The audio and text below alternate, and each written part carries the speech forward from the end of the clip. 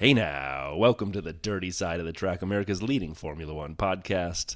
I'm Brian, that's Rob.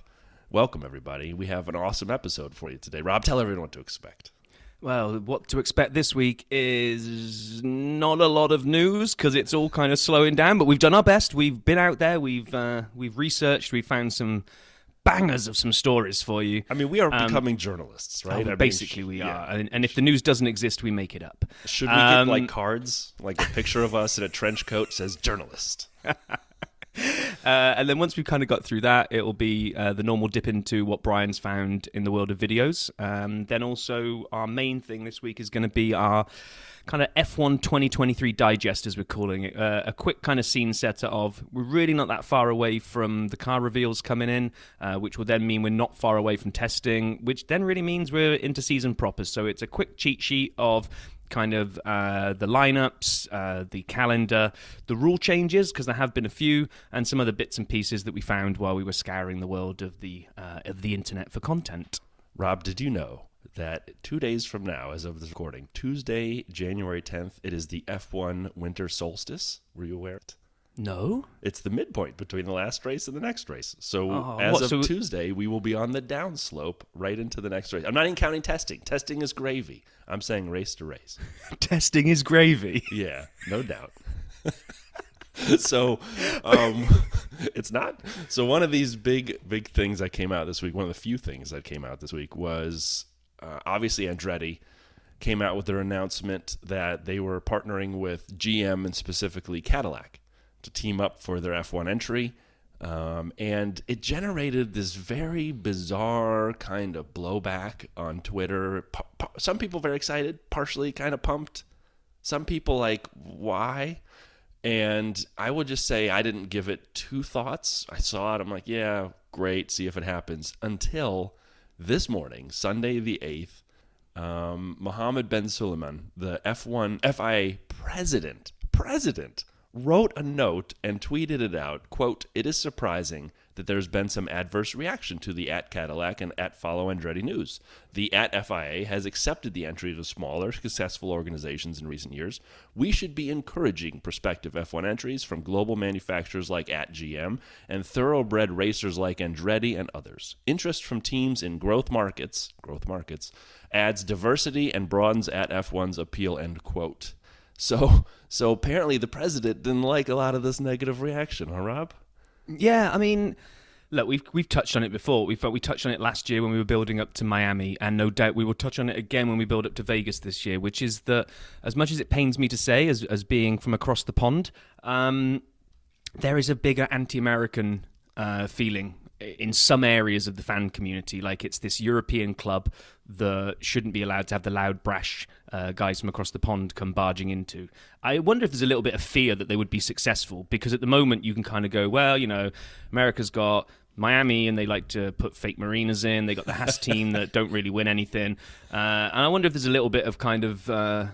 geez, what if they get like a proper team going? And what if Logan Sargent turns out to be a good driver? And I just don't get it. They're just this kind of... I just trawled through some of the Twitter comments and I just gave up in the end, because it's like, I don't see anything wrong with this. So I want to talk about another aspect to this in a second, but what's your thoughts on kind of the reasons for the pushback to this that you saw? Two things I would mention. So first, the pushback. I think it's because people didn't want to take it seriously when it was Andretti and his weirdo tweet press release. They didn't want to, right? I mean, we check all the boxes. They didn't want to take it seriously, not even beyond that, I think, when they saw Cadillac. And Cadillac, known for making Luxo barges, and I don't just mean the Escalade, which comes in like 9 flavors of Escalade. Extra long, extra short, partial hybrid. How do you get a partial hybrid Escalade? What, like you get like 9 miles per gallon instead of 8? I think there's just pushback on the idea as a whole, and maybe it's anti-American.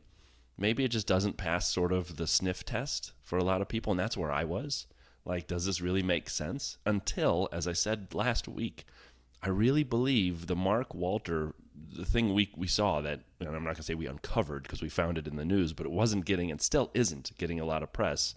The billionaire who owns the Dodgers, who runs Guggenheim Investments, which is a humongous company, I think that actually makes this very, very real. And Great. If GM wants to put Cadillac front and center to change the reputation of their cars a bit, and we'll talk more about this in a second, great. But I think this is real now, and I think people need to get over it. This is a possibility. I'm not saying it's going to happen, but this is a real, honest application at this point.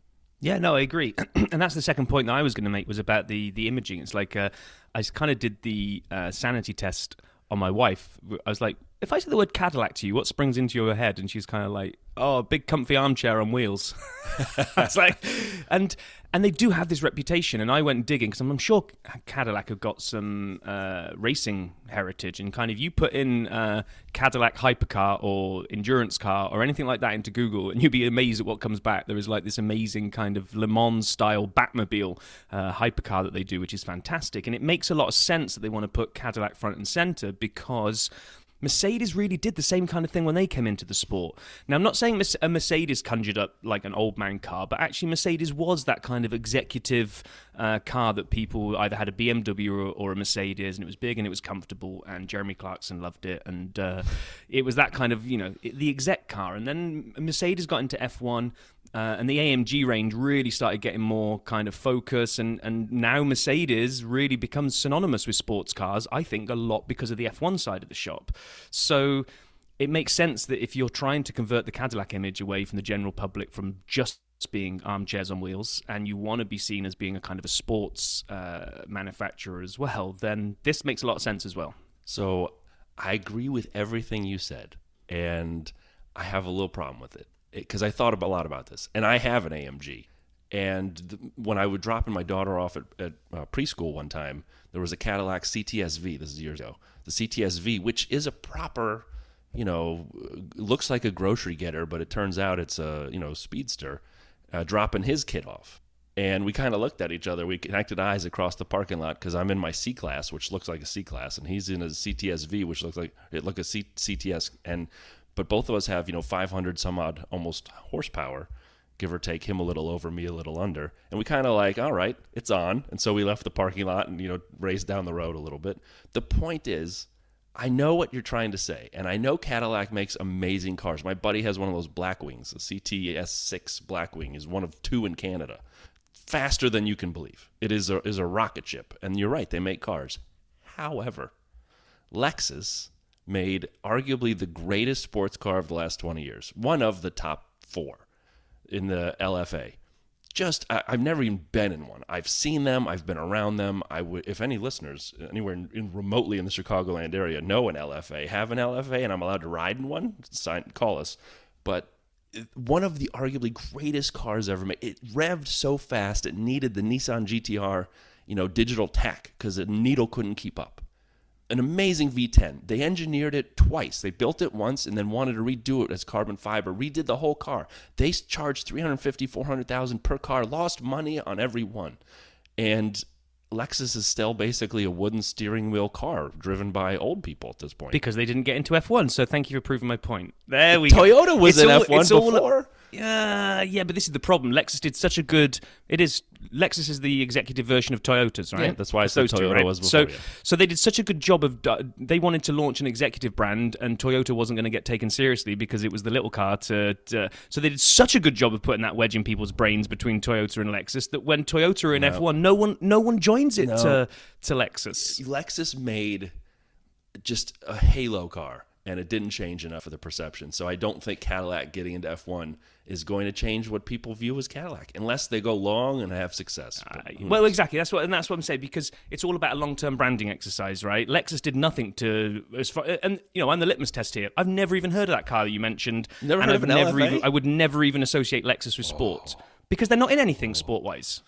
They're as far as I'm aware of, they in my kind of like sphere of visibility, Lexus do not appear on anything related to sports, and neither did Cadillac. I was 100% in the same boat as my wife that they make armchair cars.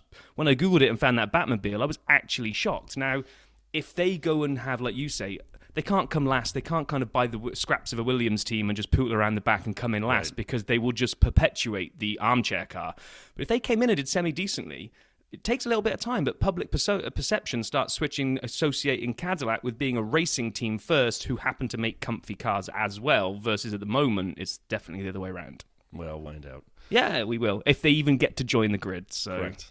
I mean, one of the things going around there was that I saw something saying, watch this space for AlphaTauri withdrawing from the sport and this lot taking this space, and then Audi, not Audi. Oh, who else was it to pick up? Who else is rumored to be coming in to pick up the scraps of the Williams team and have that one rebranded? Porsche was at one point. Yeah, it might, maybe. So, because everyone keeps saying there's no more room on the grid for extra cars. So, There used to be more than 20. There's space. You're going back a long time that there used to be. So, I don't know. Cars are bigger. People bring more kit with them now. Paul keeps saying how cramped a lot of the racetracks are. So if you did go to more than 20 cars, would that mean we would have to lose a heap of tracks off the calendar? And if you really want to go down the tinfoil hat brigade, for some of these ones that are iconic but at risk of being dropped, if you bring the grid up to 22, 24 cars and say, hey, we'd love to keep you, but your facility isn't big enough, let's go and build a brand new shiny one out in the somewhere else in the Far East, maybe. Maybe that's a way of getting some of the tracks off the calendar, but...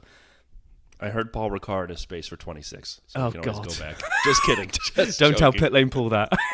Anyway, so that was, I mean, we've spent 10, 15 minutes talking about that because that literally was the main thing that happened this week. Let's just rattle through the other pieces that we've got. We added McLaren joined the launch date brigade. So last week we mentioned the launch dates of the car that we already had. We had AlphaTauri, Aston Martin, Ferrari, Alpine had all come to the party with their dates, I think. I think Alpine's is new as well. Is Alpine's new? No, I definitely published 4. I'm going to tell you this. Okay. I updated the image that I published to our Instagram account this morning, and I only had to add one extra date. Since the pod, it might not have been. No, I'm sure we had 4 last week on the pod. Anyway, McLaren, 13th of February is when they're going to bring theirs to the world. This week also was Lewis Hamilton's birthday, and why not quick hit a few stats about Lewis. Substars. We haven't done that in a while. It's nice to have that back.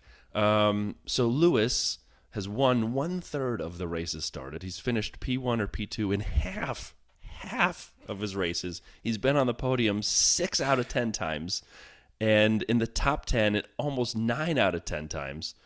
Only 9 times, which is 3%, as he finished outside the top 10. He's always been in the top 6 in the World Drivers' Championship. I actually think this year was 6, which was his lowest, if I remember right. And he scored, and we'll talk about this in a minute, 4.4 thousand points. How many times has he finished P1 or P2 in his career? Half. And so at F1 _charts had a great visualization of his career at Mercedes and McLaren, and it's epic, and you should go check that out. I thought it was great. But happy birthday to Lewis. And then one other piece of news, and I don't know this, so here we go. I'm rolling in with something I don't have the answer to, and Rob, maybe you know. But Fernando Alonso tweeted out this week a picture of Stoffel Van Dorn standing in front of the Aston Martin facility, and he wrote, "Top." And so the question I have is Stoffel Van Dorn the reserve driver at Aston Martin? I don't know. I saw you put this on here, and I was like, is it just he had a day out at the factory and they gave him a free jacket to wear around? I mean, is it Formula E? I don't know. I don't know. But the reason I bring this up is I was having a discussion with someone this week at dinner about Formula One, and Drive to Survive came up. And one of the people at the table seemed to know everything about Drive to Survive. And I had to just ask, have you ever heard of Grand Prix Driver? And there was a blank. And I said, yeah. So before, and then I had to out-nerd somebody. And so there was an Amazon series before the Netflix series, and it was about McLaren, and it was Fernando and Stoffel. And it was narrated by Michael Douglas. And You've never mentioned this before on the pod. I know, I haven't. And so, have I ever mentioned we had Jack Villeneuve on here? And so then... So the person, I should go watch it. I said, actually, don't. It's not that great. But anyway. So I saw Stoffel and Fernando. It's the card that you always play when you want to out-nerd anybody Correct. about Drive to Survive. It's like 100%. Are you familiar with Grand Prix Driver? Oh, man. And then one last one here that I'd bring up is earlier this week, we lost Ken Block of sort of rallycross, American hooning fame. Hoonigan, Gymkhana. If none of that makes sense to you, we'll put a video out. He could take a car, and he made rally-type cars, but he could do anything with them, and he went anywhere with them. One of my favorite videos he ever put out was Gymkhana 5, which he basically goes to San Francisco, closes down a portion of it, and just hoons the hell out of his car. And he had old Mustangs that he ripped up and just even new Fiestas. He passed way too early. And the stuff he did in cars, for an American who grew up in America, didn't really know a lot about rally, watched him. Just a tragic loss. His daughter was getting into cars as well. She was somewhere in the late teens, I think, and had her own cars and was making videos with her dad. And I'm like, man, this is just a guy who was lost too soon. And everybody who talked about him talked about what an amazing guy he was. So rip to Ken Block. I will miss his videos, but we'll post this one in particular, the San Francisco one, on the feed. Yeah, we'll put it in the show notes alongside the other ones that we'll come up to soon. In fact, very soon, because I think the last thing that we had on here was Haas released their new logo. Now they've got their sponsor, MoneyGram. I kind of like what they did. I like where they hid the MoneyGram logo. Or, yeah. It's hid without hiding, if that makes sense. It's not in your face. It's just if you've seen it, it's the kind of nice little MoneyGram logo at the side of the Haas logo. Maybe we'll put it on the Instagram account so you can take a look at it. But I thought that was pretty clever. Don't really get the hate it was getting. I don't either. I don't understand it at all. I thought it was fine. I'm not a graphic designer, but it didn't offend me at all. And hey, Rob, exactly. Why don't you start with the videos this week? Because there's one that we both loved, and we'll shout out where we fit it to. Well, I will, because it's the only one that I watched this week. So if I don't do this one, then I'm just going to nod along with the rest that you do, which I normally do anyway. We're going to have to come up with... We've got Sap Stats, we've got Vale's Tales. I need to come up with something which is your handle for your video finding skills, but... Just... nerd doing his nerdery with Team Radio and videos. Yeah, there's got to be a better, snappier title than that. Anyway... On our Discord channel, Lee shared a video by the Data Dudes, which it's simplicity defined, but utterly mesmerizing. I didn't even realize how long the video was, and I just watched the whole thing. And what it is they've taken every single race in history of F1, and they've gone back through it, and they've assigned out what if all the points given out to everybody ever were the same point scoring structure as we have now. So 25 points for a win, etc., etc. And it's just a rolling bar chart. That just, you've probably seen these types of things before. It's just a graph that kind of refreshes itself as these points accumulate. So it starts way back with in the 1950s. So you've got all the drivers from the 50s there accumulating their points. And then as you come into different eras, you're, especially for me, kind of waiting for kind of Senna to come onto the horizon. Mm-hmm. Actually, yep. No, sorry, wind back one, even Jim Clark. All of a sudden you'll see a new name appear at the bottom of the grid as they win, graph as they win their first points. And then they'll go rocketing up as they're obviously the successful drivers. So you're just watching kind of these drivers throughout history as they kind of come on board, start dominating. The two saddest ones are Clark and Senna for me, where you see these lines rocketing up and then obviously they just stop, never to have another point added to them. Obviously aligning with their unfortunate passing away in the sport. But then you're just waiting for kind of then, especially for me, kind of waiting for Schumacher to come to the party and then all the drivers that we know now. I won't give it away. I was actually surprised with the points standing. Me too. You've already mentioned that Hamilton had 4.4 thousand. I'm not going to say where that is. Obviously, we can all guess it's pretty much up at the top. But there were other drivers that I thought, when they equalised out the points and who had longevity in the sport, might have been up there. Or might have been... Oh, I don't want to give too much away. Well, actually, I might have misspoke. I think it was 4.7 for Lewis. But anyway, yeah, I don't want to give anything away either. 7 minutes, great video. Check it out. I loved this video so much. And like you said, watching the older drivers, trying to change as the newer ones came on. I was surprised by some of the names near the top. I liked watching as well. They had the nationality, the flag next to each one. Yes. I'm like, holy cow, look at all the Brazilians on here. And then you see the Germans and all the Finns. And anyway, so the one thing I took away from this, because stats, beget stats, is I was wondering, there were only like 10 races in the 50s a year, and there's 22, 23, maybe 24 next year.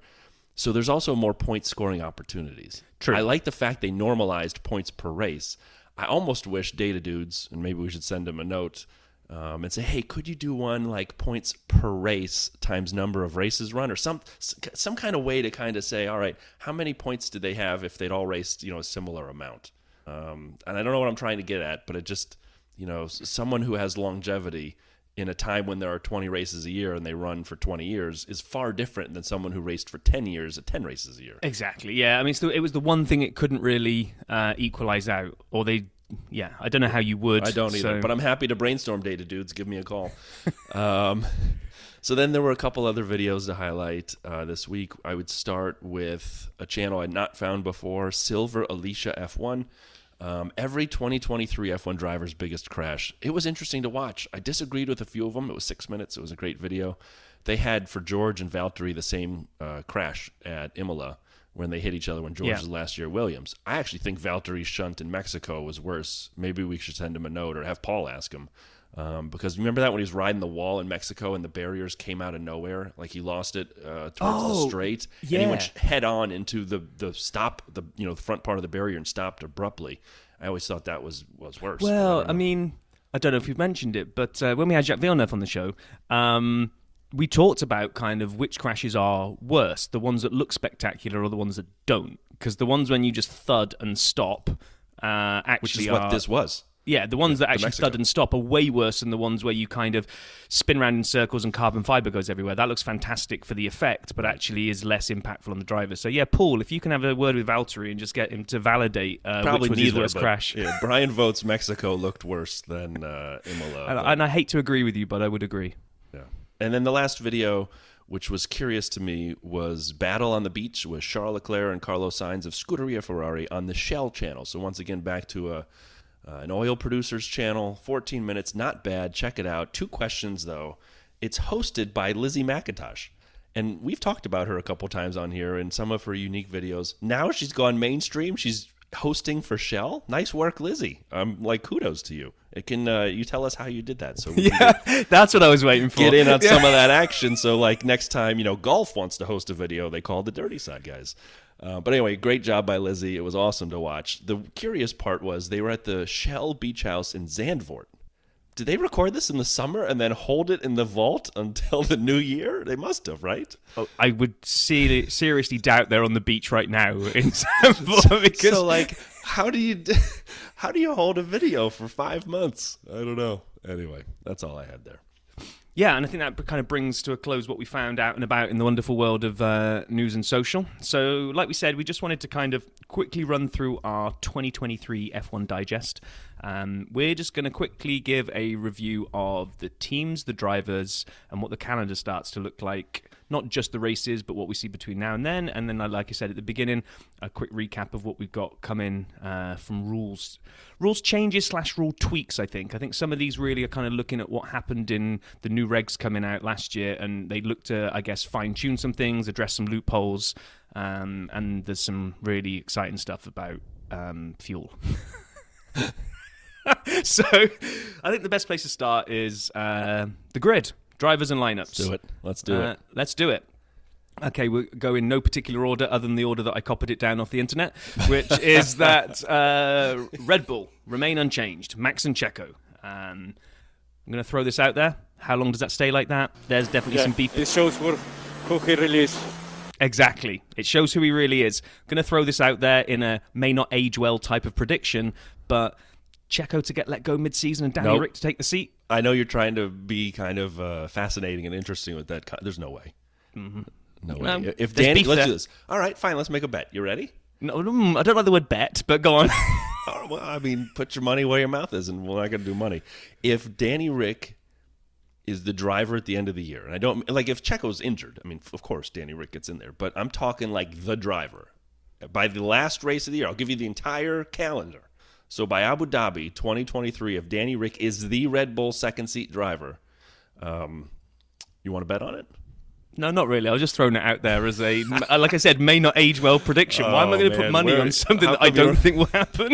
Where are all your minerals? As they would say. Okay, so then Ferrari also remains unchanged. We have Charles Leclerc. I am stupid.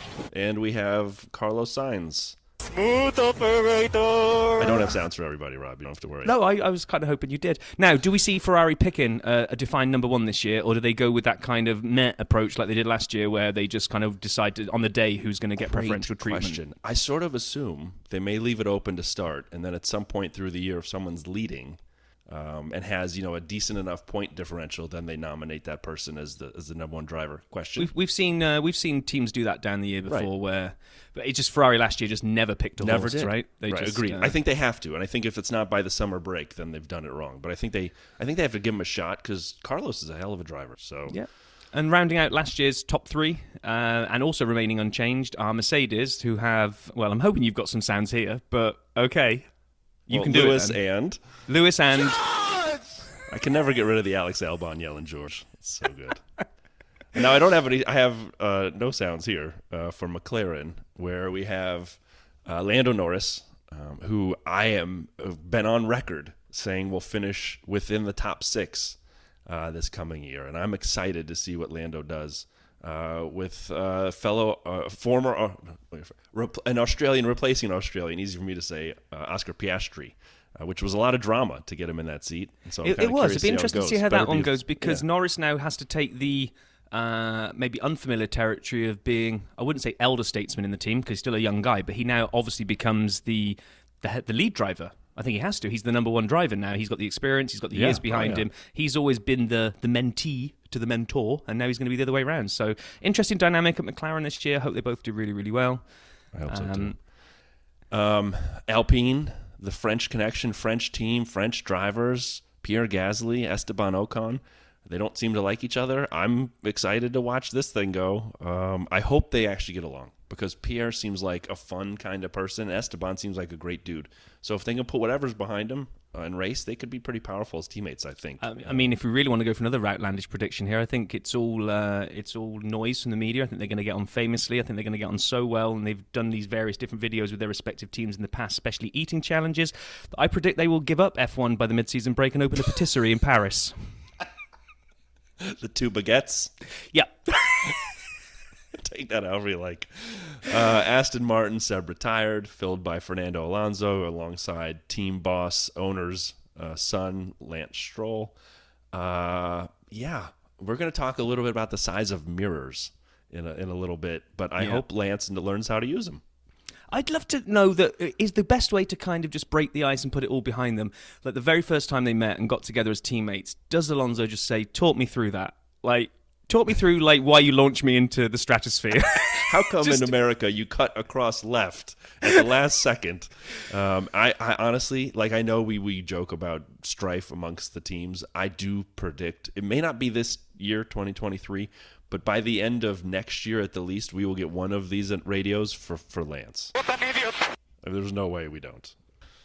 Then we move on to Alfa Romeo. They fully changed their driver lineup last year, but they fully retained it this year. So Valtteri and Zhou get another crack at it, which I'm happy for. I thought there was a good dynamic between those two. Agreed. Thought they both did well. Yes. I thought that car looked quick. It just had reliability issues, and I think, was it Horner that said, I'd rather have a fast car that I have to make reliable than a reliable I have to try and make quick. So Yeah, he was. if they can spend some of the off-season making that thing a bit more reliable, I think Alfa could be... I don't want to go as far as saying I think Valtteri could get a podium, but I'd like to see a couple more constructors get a foot on the podium this year, because I think last year we had one. Was it McLaren? It was McLaren. It was Lando, Imola. Yeah, outside Lando. the top So 3 teams. be nice to see somebody else also take a step up there, and it'd be nice to see Valtteri do it. So. Well, if anyone's going to make it happen, they're just going to have to the same breakfast every time. I had some porridge. Before every race.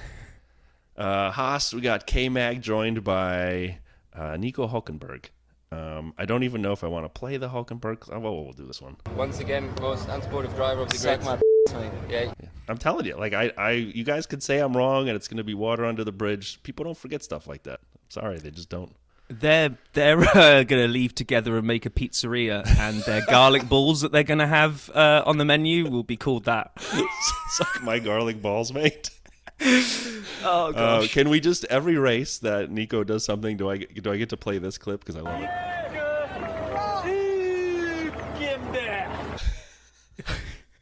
Yes, you can. Thank you. Then we have a sad moment, but tinged with the happiness on the other side, especially for the American audience. So there is no more Goatifi in the sport this year. Williams have shown him the door. He tried to walk through it and crashed into it, but eventually they put him through it. I don't have a crying sound. So Alex Albon is going to get joined by Logan Sargent, The dude from Florida. So a lot of excitement about him joining the F1 brigade, and I think he'll get a good go. I just hope they give him a car that allows him to do well, because I don't want him to flop, and not just because of I think he's got the talent, but I'm not sure he's got the car at the moment. They need to do a lot of work on that thing.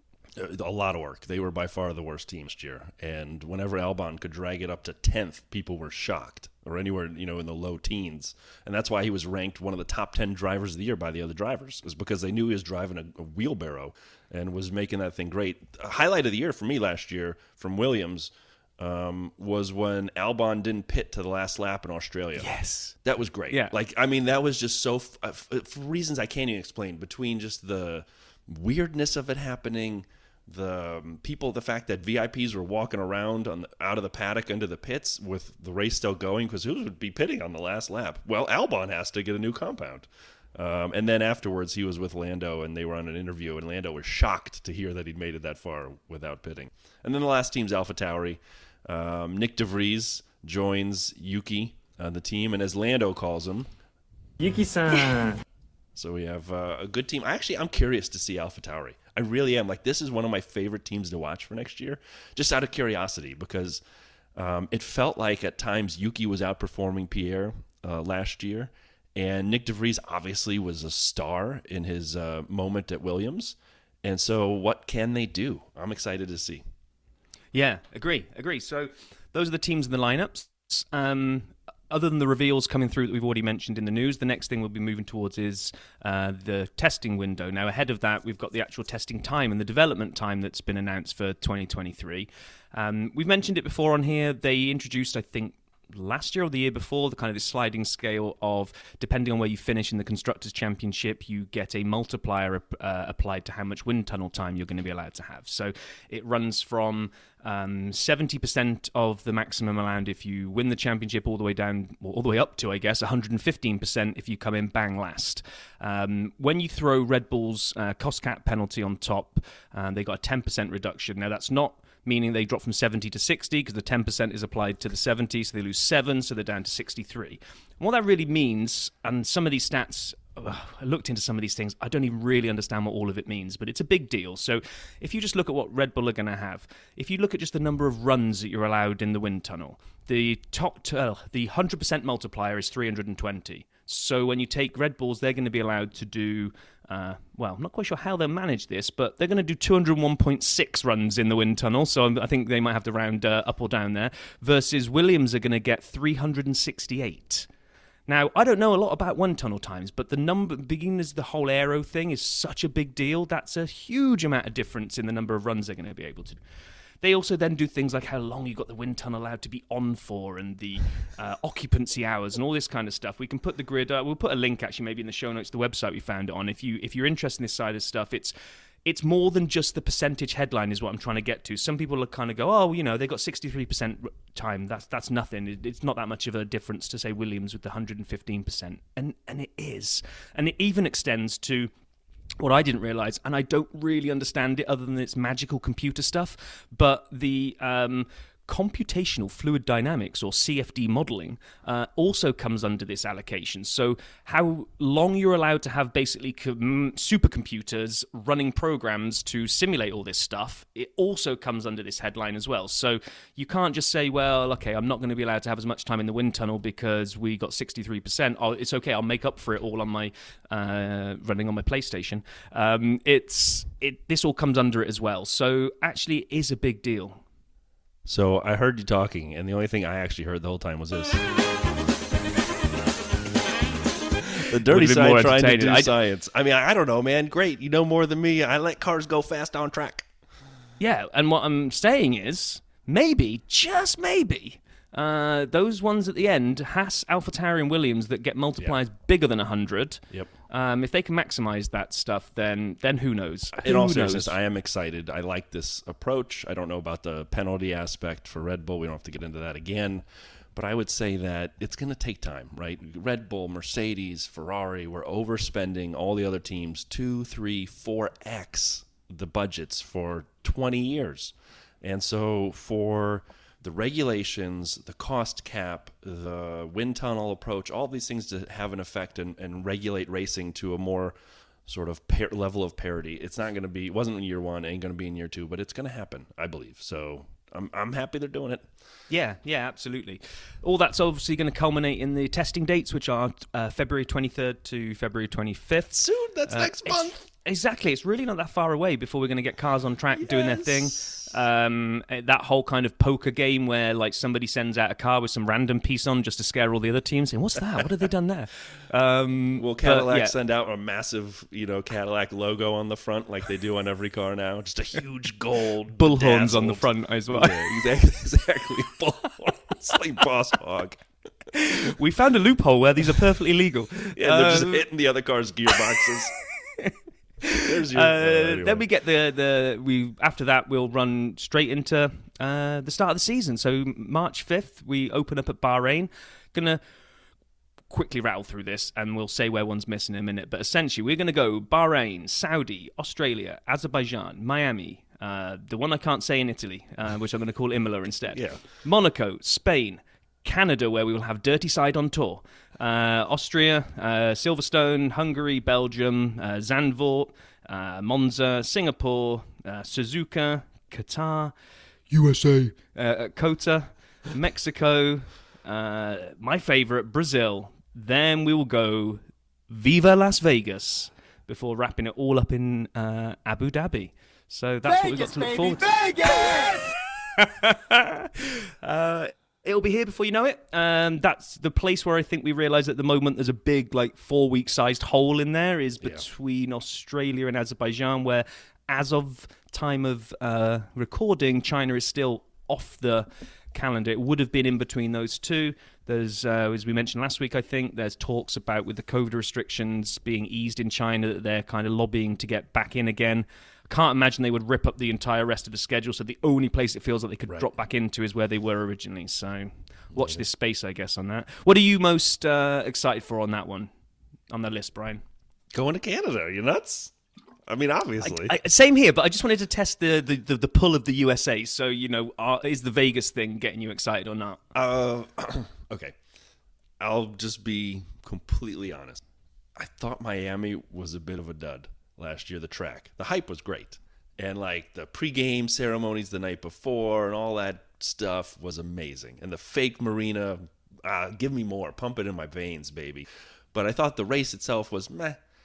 And, funny. Oh, go on, carry on. No, and I'm worried because let's be honest, it's a manufactured street circuit, right? It's not a real course and it's not a real street circuit. I mean, yes, it's on streets, but they made most of these streets in a parking lot.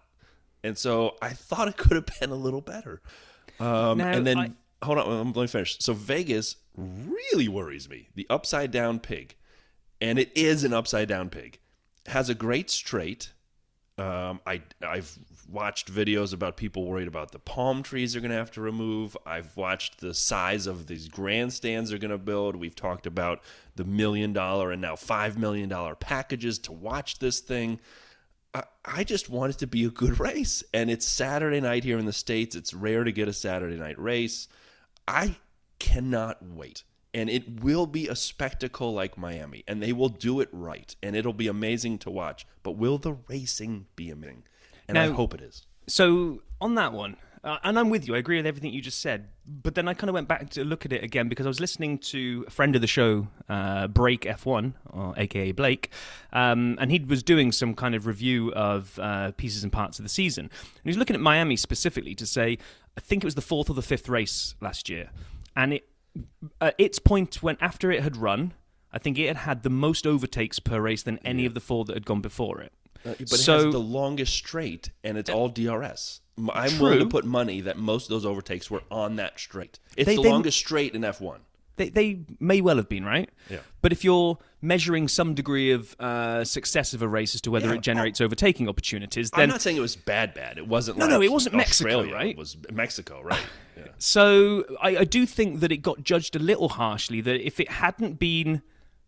I'm just going to say it. If it hadn't been America... and it hadn't had the fake marina, and it hadn't had all the crap that went with the build-up around what people thought of that, if it had just been seen as a race and you didn't know where it was, it actually wasn't that bad a race. It was just, okay. It just never stood a chance of the race overcoming the hype, which I also agree with you is a worry of me for Vegas. There's no Huge chance. worry. No chance. There are going to be showgirls on the side of the track. There's no way it can live up to the hype, but it has to be good. And I thought Miami was on the lower half of middling. I'm not saying it was bad, but it was not great. And so, no, I'd agree. It wasn't Paul Ricard, Mexico. It wasn't No. any of those kind of levels of bad. but it So also I think wasn't, like there's some solid mid-tier races that are fun to watch. I'd say Canada is a top half. which it's fun to I'm watch. really looking forward to. Right, so. and so anyway, sorry. That's be my recap. No, I'm no, a little that's- worried about Miami and Vegas. They got to deliver this year. Yeah, and I think Miami gets a chance now to deliver again just on the racing because everyone will be they know what's coming now. I don't think it will get too much of the hype train like it did last time around. Everyone's saving that. They're keeping their powder dry for Vegas this time. So. Which grid walk will be better, Miami or Vegas? Vegas, Oh, right? my- I mean, Miami oh my was epic, gosh. but what Yeah. should we expect? What happens in Vegas? We have to censor out nudity. This thing's going to be chaos. Okay, so the last thing we wanted to hit was kind of the rule changes that are coming this year. Like I said, most of it's fine-tuning stuff, and a lot of it is really talking technical stuff that I don't fully understand, but we'll try to boil it down to what it kind of means for cars on track. So a couple of the first two pieces were to do with the aerodynamics and really to kind of get rid of porpoising. So have you got that sound ready, Brian? I do. I didn't realize we were still using it, though. Well, testing you. So the floor edges are going to get raised 15 mil, which sounds nothing, but given that they wanted to raise it 25 and everybody pushed back and they compromised on 15, then obviously it is a huge deal. And the plank itself, there was a big talk about this last year, this flexi plank thing that was flexing and allowing the car to settle down lower and blah, blah, blah, blah, blah. There's going to be some guidelines with the maximum amount of flex for a plank in both up and down directions. I actually am curious about. I mean, I don't have a lot to say on a lot of these, but on this one in particular, it feels as though the teams that got it right on the ride height and the way the car worked with the ride height shouldn't be penalized. And I recognize 15 millimeters is not humongous, but they're doing this because of porpoising, and they're doing this because the cars that couldn't get the ride height right and didn't want to go up higher. Mercedes could have gone higher and gotten rid of porpoising. They would have been slower, but they didn't. And so this is trying to, quote, save the drivers, and Lewison is aching back in Azerbaijan.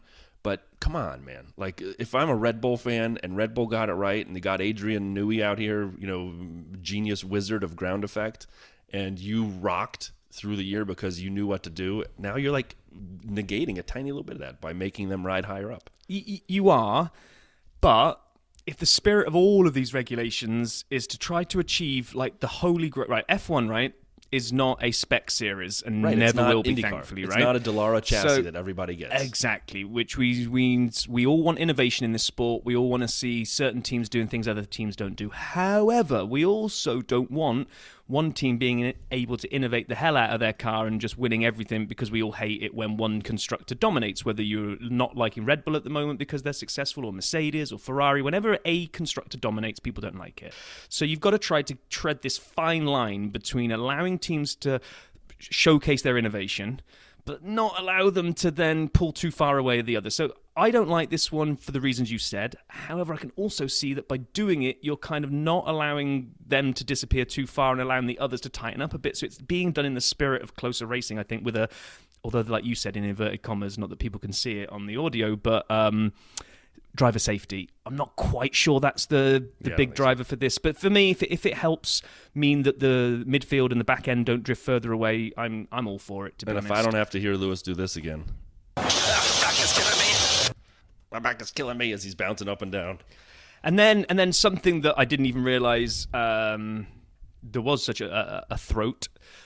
It says actually, did I write this down? It says DRS throat. Do you reckon that should be diffuser throat? I'm not sure. Anyway, there's some throat somewhere on the car that's being raised 10 millimeters to reduce sensitivity to ride height. So go figure. I imagine it's got something to do with the previous thing that we just talked about. But yeah, there we I go. don't think anyone's going to confuse us with the Tech Heads podcast. Not at all. The roll hoop is being rounded more to reduce the chance of it digging into the ground, as we saw with Zhou Guanyu's crash in Silverstone, which was scary. So anything like that is great. I already joked. 50% larger surface on the mirrors to improve visibility, so maybe Lance Stroll will actually realize the mirrors are there. So Yeah, sorry, they sorry, said Lance fans.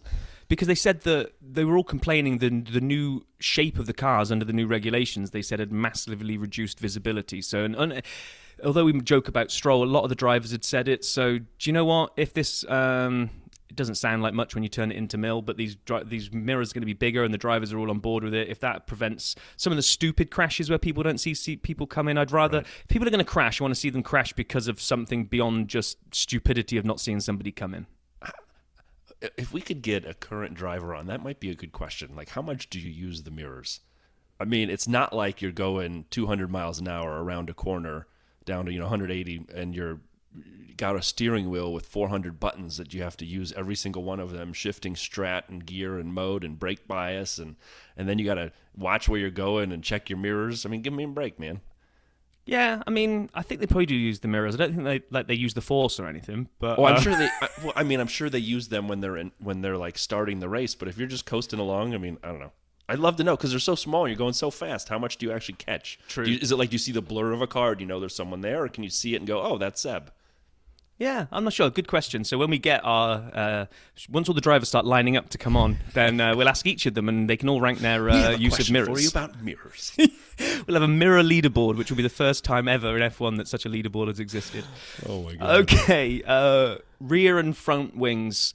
Really just tighten up the regs here. Mercedes did something funky with their front wing. They added extra bits.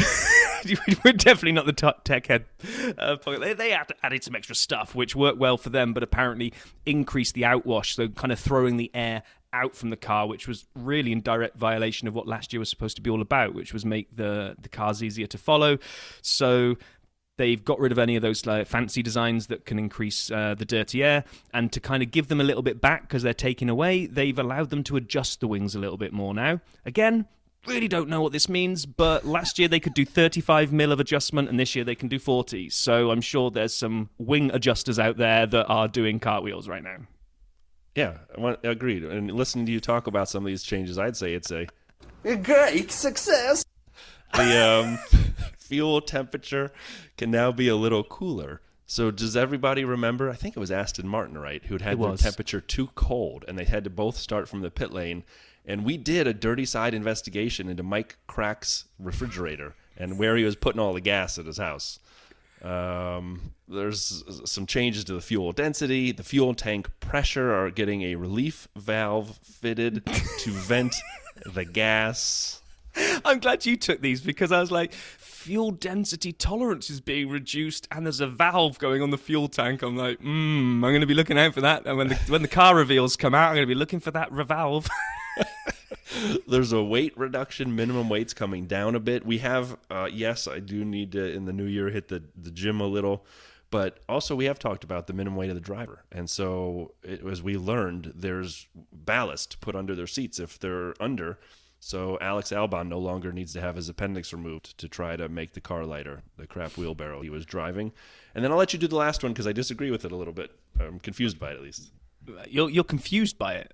Did you read the web link that I gave you where they introduced it? You didn't, did you? Tell us about it, I do this research. I slave away. I do this research. I give you the links, and you don't even read it. But okay, so last year there was a big increase apparently, and thinking about it, I do feel like I saw a lot more now, which is that there was a lot more cameras put in and around the car, so we had a lot more angles, and they went down really, really well with TV audiences. So apparently there were 6 cameras that were being used, and now we're upping it to 7. With a new driver's eye camera, which apparently is different to the one that is my point. The visor cam or whatever we've had. There's now one that is going to be literally about an inch to the left of the driver's left eye. So embedded in the there's a picture of it we can share that I found on motorsport.com, which was being tested by Massa, which is literally almost in his eye. But they had the visor cam, which how is this that much different? I don't know. I guess we'll see when they roll it out. I mean, we've moved the camera 3 inches to the left and 2 inches down by putting it inside the driver's helmet as opposed to on the visor, and it'll make the angle so much different. Will it? And come this time next year, they will have worked out how to actually just kind of embed a camera in the driver's eyeball. I was say right on his nose, like it's a booger hanging out into the camera. I mean, what? Yeah. Okay. If it works, great. I mean, I thought the visor cam was hard to follow because it was bouncing around so much, and it's a great reminder how amazing the human brain is and how much these drivers have to process as their car, forget the porpoising for a minute, as their car at these speeds goes over these bumps and they try to correctly hit an apex at 160 miles an hour and navigate traffic and prepare for the next corner, and the car is flying around up and down, left and right in the G's, and they're able to do that? So that's one of the things that reinforced for me last year with the visor cam. So I'm curious to see the driver's eye camera from inside the helmet. But yeah, whatever. And that's really kind of all we found as I went through kind of a variety of different articles about the rule changes. So the good news is nothing like major for me. It's like we had last year, we had the new cars. We all agreed that overtaking and following was better, and therefore they're not ripping anything up and throwing anything away. It's a lot of fine-tuning, plus the extra testing time for the teams at the back. You know I'm the eternal optimist, Brian, but I am hoping for even better and closer racing this year. I want to see that midfield rock back up. I don't want Williams just punting around at 10th in the Constructors for the entire season, and I'd love to see someone else in the top three, not just on the podium, but I'm going to go out there and say I want to see a different winner this year as well. Well, we've seen over the years when new regulations come in, it takes some time for everyone to come to grips with them. And so last year was the first year, and certain teams didn't get it right. And we saw that. Now they have a chance to fix it. And with the cost cap, I'm hoping it slows someone like Red Bull from running off into the distance and driving off into the sunset, which they would have done in years prior when they got it right the first year. The second year just is domination on top of domination. However, it allows you to double down on it, doesn't it? So now the cost cap kind of slows you a little bit from driving off into the sunset if you get it right year one. And maybe you can get it fixed in year two for cars like Williams, like AlphaTauri, and even I would say Aston Martin. So the people who you thought would be better, McLaren. I'm curious to see where they all come in this year, so I'm excited as well. Do I think the midfield is going to catch up to what were the top two and became the top three? Maybe not. No. I'd like to see a fourth car join the party. If we extrapolate the performance of Mercedes towards the end of the season and say that they started to get it right, and there's nothing in the tweaks to the regs that is going to derail that train, then you'd kind of say we should see more often than not a three-way fight for the lead, or at least the podium, right? So Mercedes should join the party a lot more regularly and not just be, oh look, there's Red Bull and Ferrari way out at the front, and then because a couple of them don't finish, George limps home in third but really was never on the pace. I think we actually get to see hopefully that. If a fifth team can join the party there and be a little bit more present, that would be cool. I think the weird one for me, and we'll probably do this if we do more of a predictions thing before the season starts, is Ferrari, that they didn't have a bad car. They had a fast car, and actually most of the times they screwed up really came down to self-inflicted stuff, right? So they haven't got much to fix, I don't think, from a kind of car perspective. Yes, there's maybe a little bit of a reliability thing around the engine. If we're led to believe they had to turn it down a little bit last year to ensure the reliability, fine. But that really feels like an untapped gem that if they could just get that right. I'm Ferrari fanboying again here, aren't I? A little bit. And I'm over here trying to figure out how I've got Lando winning multiple races in my mind. I don't know. What happened to me? When did I become like Chief Lando guy? I love him. But yeah, it'll be fun to watch. I would just say thanks to everybody for tuning in this week. We have a handful of guests that we're lining up for the future. I'm not sure we'll have one in time for next week, but we are working on a Vale's Tales as well. So can't wait to share that and future guests with you. I'm excited. 2 days away from F1 Winter Solstice. Yeah, which I didn't even know existed until you told me about it. So that's I made fantastic. it up. Did you? I did the math from the last race to the first race, and I found the midpoint. Then you need to be like hashtagging it on Twitter and making it on right? Tuesday. Do it. Everyone listening now, Sunday, Monday, get a little head start because Tuesday, hashtag F1 Winter Solstice. On that massive news, I think it's time to put a pin in it, as they say, and wrap that up for the week. So, like Brian said, thanks for listening. Catch you next week.